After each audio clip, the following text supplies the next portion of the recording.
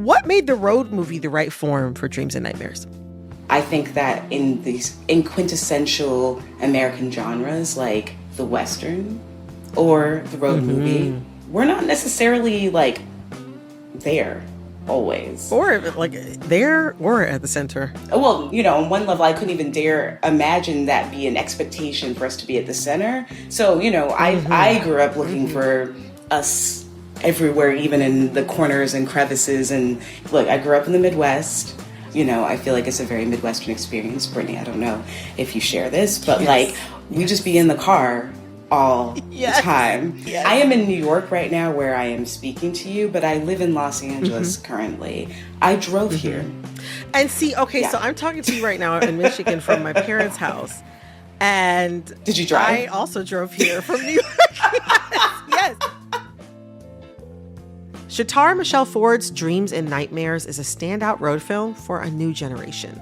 The film follows a trio of Black queer friends in their 30s, embarking on a road trip in search of the fourth member of their friend group. Where it leads is a journey of friendship, love, and self-discovery.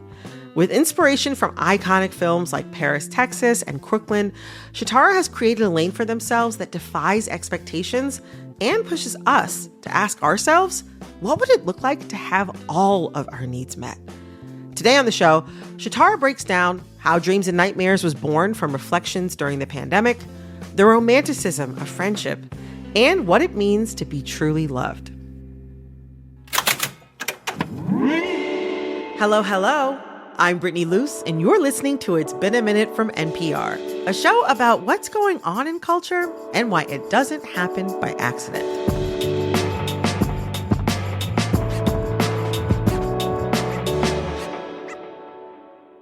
I want to talk about how this film was made. So first of all, for those of you all who don't know, Shatara's last feature is called Test Pattern. Just so you understand, this is a film that was lauded, that was nominated for awards, won awards, and it got a lot of attention, a lot of buzz, a lot of positive attention. But after the success of that first feature, you found that you had some trouble getting the momentum and the money to make your second. You say yourself, you had a lot of meetings with people, but a lot of those meetings were not about how do we get them to the second film.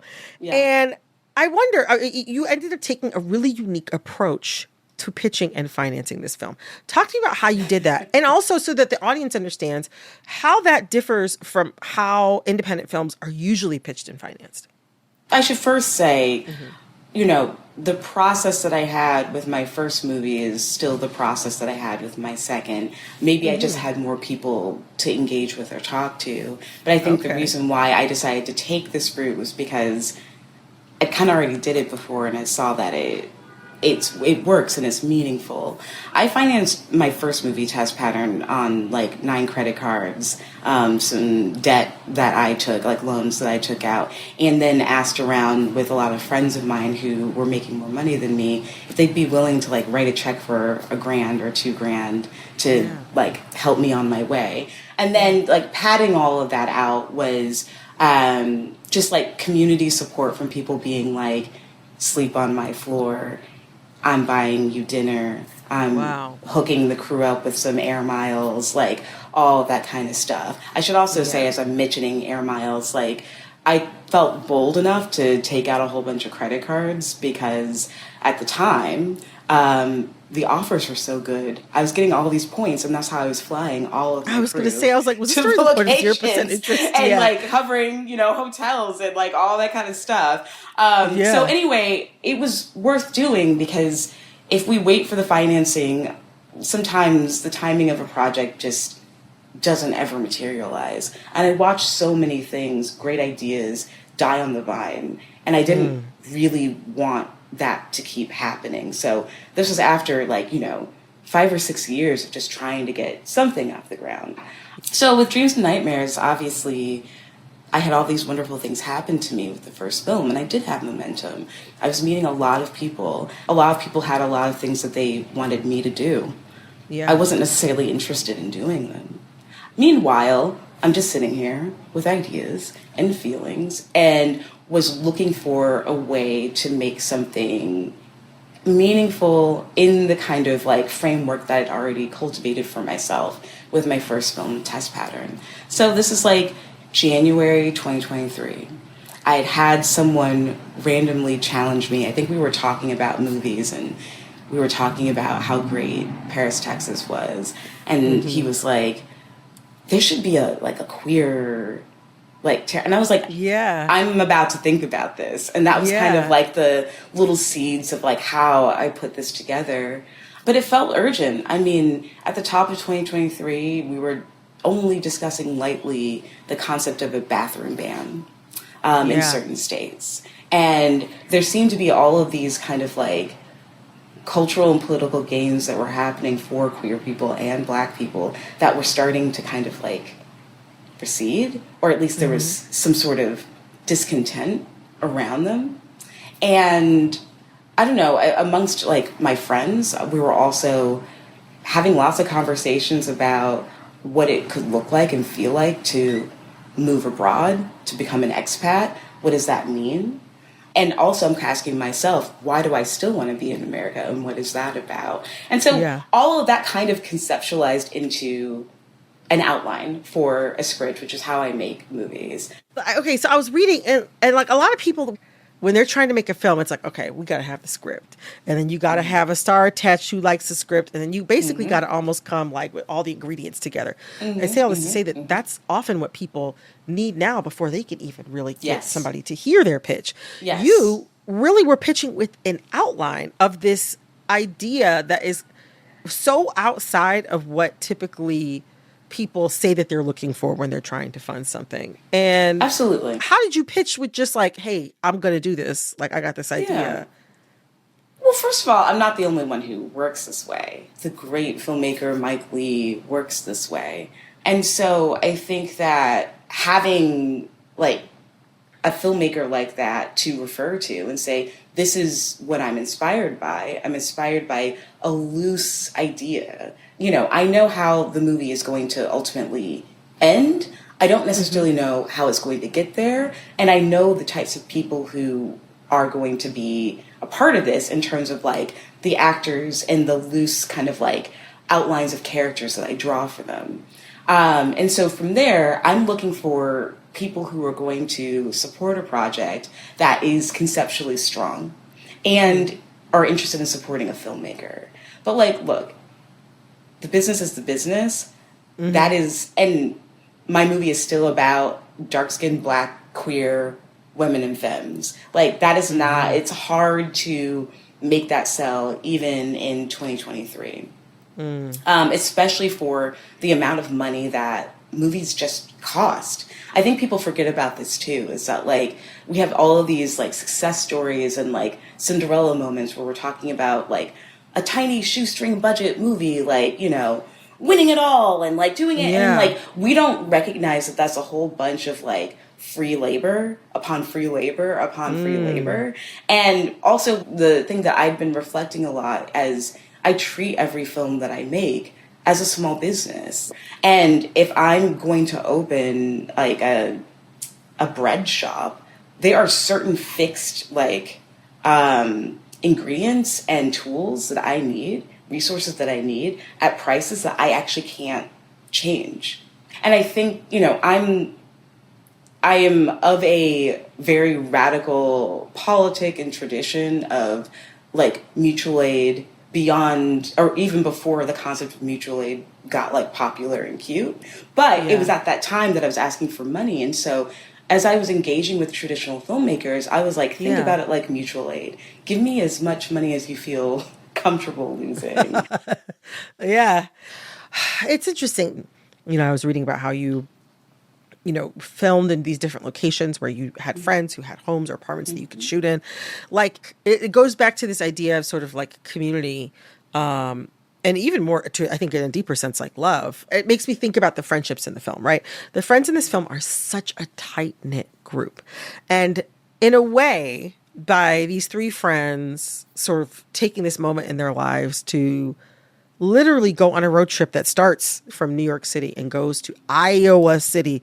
In a way, they're literally going to the ends of the earth to make sure that their friend is all right. They have not heard from their friend in months. They don't know where their friend is at. And they're making sure, they're just driving to make sure they're okay. And that kind of like yearning and that kind of grand gesture are often reserved for romantic connections or parent-child relationships in a lot of films.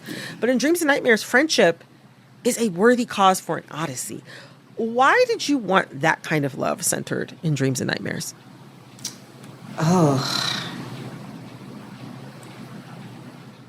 I think that is not only the kind of love that I desire consistently forever and ever and ever, but it's the kind of love that I have experienced and that I express. And it's something that I think was cultivated as practice inside of the pandemic, which is something that none of us talk about enough. And, you know, I think that the world shutting down in March 2020, where people did not know if they were going to have their job on the other side of it, or did not know how they were going to make ends meet when there was like no money coming in, and all this like uncertainty, when people who are also just unwell because we were getting sick and maybe we lived on our own and did not have the support that we had. I was living in Philadelphia at the time, and I was lucky to have a very like good old longtime friend that lived 2 blocks away from me. And I was lucky to be living with my partner. You know, we already were in a good group of being able to take care of each other, but we were also part of a community. Like, we lived in West Philly. West Philly is has a very broad mix of economic experiences and and racial positionings. It's, you know, University of Pennsylvania is right in the middle of a historically Black part of the city of Philadelphia. And I watched us all kind of figure out how to take care of each other. I participated in that ability, and I think also in the moment where the world slows down and we get to process our lives, we're also asking a lot of questions of like, am I spending my time the way that I want to? Am I spending it with the people that I want to be spending it with? Yeah. Fast forwarding to where we are now in 2026, where everything is hard, everything is painful, and stratification is at its greatest point in America. I want more opportunities for joy and care and tenderness and love. And if I can help with this movie, remind us that that is possible with our friends, I've done my job. And that's totally worthwhile. We're going to take a quick break, but first, if you're a longtime listener or brand new to It's Been a Minute, be sure to come back every Monday, Tuesday, Wednesday, and Friday for brand new episodes. And did you know you can make it even easier to get new episodes by hitting the follow or subscribe button on your favorite podcast app? Whether you're a new friend or a loyal bestie, join the team by subscribing today. Coming up after the break. You know, I also call this movie my midlife crisis movie, because for me, I'm sitting here becoming more of my authentic self as this movie is being made. Stick around. This message comes from Cook Unity, the first chef-led meal delivery service where every meal is handcrafted in local micro kitchens, not mass-produced in large facilities. With hundreds of dishes to choose from and over 10 different dietary preferences like high protein, low sodium, GLP-1, and more. Taste what happens when real award-winning chefs make fresh, small-batched meals just for you. Go to cookunity.com/minute or enter code MINUTE before checkout to get 50% off your first order. This message comes from the Sierra Club, fighting to protect America's national parks and forests. These public lands are the nation's legacy, and their future is worth fighting for. Donate at sierraclub.org/NPR. This message comes from Progressive Insurance. You're listening to this podcast, so you've got a curious mind. Did you know that drivers who switch and save with Progressive save over $900 on average? Visit progressive.com and get a quick quote with discounts that are easy to come by. Progressive Casualty Insurance Company and Affiliates. National average 12-month savings of $946 by new customers surveyed who save with Progressive between June 2024 and May 2025. Potential savings will vary. This message comes from NPR sponsor Carvana. Carvana makes car buying easy. 100% online. Prices down to the penny. Delivered to your door. Why make car buying hard when it could be easy? Visit Carvana.com today. Terms may apply. I also want to touch upon like another type of love that is also like running throughout this film, like in such a beautiful way. Dreams and Nightmares also has a lot of romance. I mean, the main character is Zuleika's relationship, with her partner Reese, played by Charlie Barnett. Like, it's just like such a loving and safe bond filled with warmth and chemistry and humor, like playfulness, patience. A lot of their relationship plays out in phone calls and sort of these like almost daydream sequences. But those scenes are just like ripe with intent. Like, why was romance important to include in Dreams and Nightmares, which is really a movie at its center about friends? Why did you have that romantic like thread running throughout as well? Because friendships can be romantic. All relationships can be romantic. And if it were up to me, they would be. Like, again, I think that's what practicing love is like when we have these intimate people. Like, friendships are just as intimate as romantic and sexual partners. And I think that, again, inside of a moment of like a lot of upheaval and turmoil 6 years ago, there were folks who were reckoning with that and maybe pushing themselves to like question their like self-imposed boundaries on like who deserves their time and care, when everyone is essential to their well-being, happiness, and community. But I want to also like say that like I frame that relationship in that kind of like dreamy, ooey gooey, drippy, romantic way also for a reason. Because it's like an aspiration. And like, the great romance movies, romantic comedies, all these things, they're slightly absurd, right? They're just slightly out of reach. It's supposed to be like that.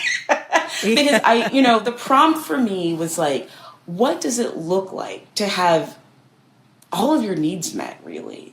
Where you have job security, you have like a home that is paid for, you have time, you have patience and presence, you are watered, you are fed. What does it look like? How do you manifest in relationships? What does conflict look like when you are cared for?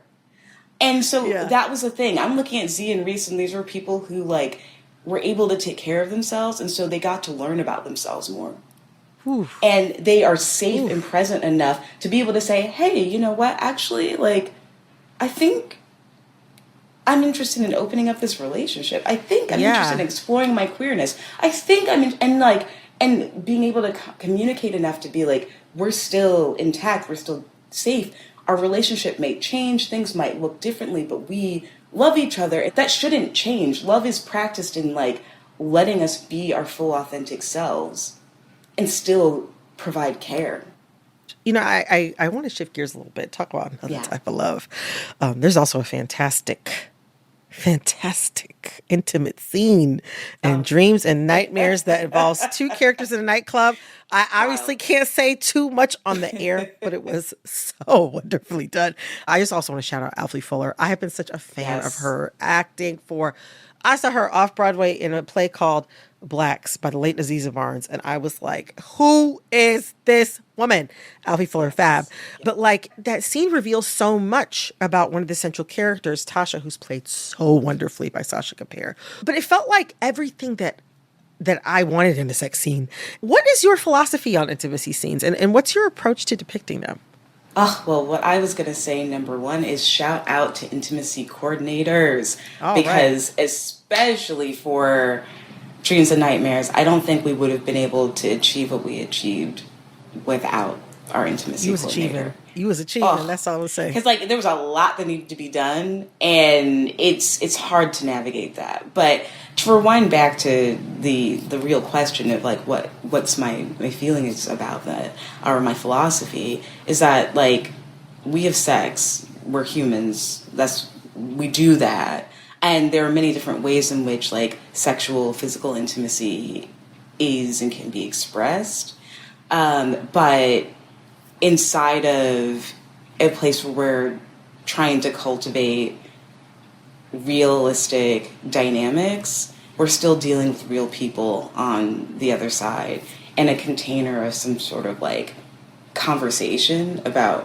what's okay, how we navigate it, while still being true to the characters and the dynamic that exists between them, is important. So, at the end of the day, no matter what I imagine for some sort of sexual intimacy scene in a movie, or honestly any kind of like physical intimacy that exists in a movie, it kind of stops if the two people that I'm working with, or the many people I'm working with, aren't feeling it. And then the question comes back to me of how do I facilitate a space where this can be navigated amongst amongst the folks who are actually doing it. For Dreams and Nightmares, it's like Sasha and I had a conversation about what we knew Tasha, her character, was interested in and up to by going to that club.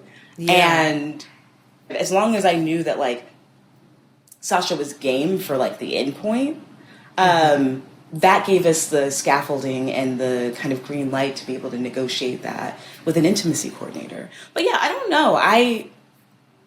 I think that you can learn a lot about a character through sex if that's the point of the scene. And I don't think that every movie or television show is actually interested in that. But I Yeah. think for me, it's a useful tool. So, That's interesting. That's so interesting. I'm learning so much about how the process works. But I mean, at the end of the day, like